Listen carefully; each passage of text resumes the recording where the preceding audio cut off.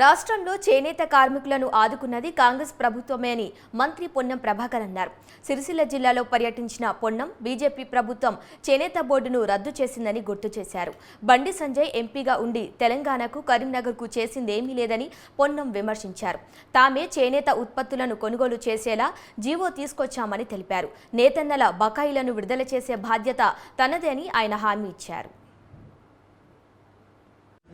రాజకీయ ఆట ఒకవైపు టీఆర్ఎస్, ఒకవైపు భారతీయ జనతా పార్టీ. గత 10 సంవత్సరాలుగా ఈ రెండు ప్రభుత్వాలు అధికారంలో ఉన్నాయి.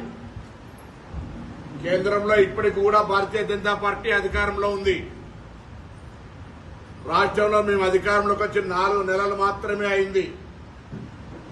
కానీ నేతన్నల పేరు మీద శవ రాజకీయాలు ఈ రెండు పార్టీల నేతలు కలిసి వాళ్లకున్నటువంటి హిడెన్ ఎజెండా స్నేహితం మేరకు కాంగ్రెస్ పార్టీని ఇబ్బంది పెట్టేటువంటి ప్రయత్నంలో భాగంగా వారు చేస్తున్న రాజకీయాన్ని అటు నేతన్నలకు కానీ ఇటు ప్రజలందరూ కూడా వాస్తవాలు చెప్పాలనేటువంటి ఆలోచనతోటి మేమందరం కూడా కలిసి ఈరోజు ప్రెస్ కాన్ఫరెన్స్ చేస్తా ఉన్నాం.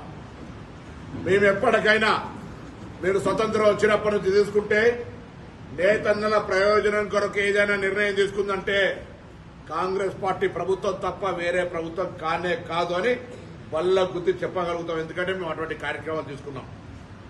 మేము ఈ రోజు ఉన్నటువంటి భారతీయ జనతా పార్టీ అధికారంలో ప్రభుత్వంగా ఎన్నడూ కూడా ఇన్ని సంవత్సరాలు పరిపాలించిన వాళ్ళం వస్త్ర ప్రపంచం మీద, ఇండస్ట్రీ మీద జీఎస్టీ వేయలే.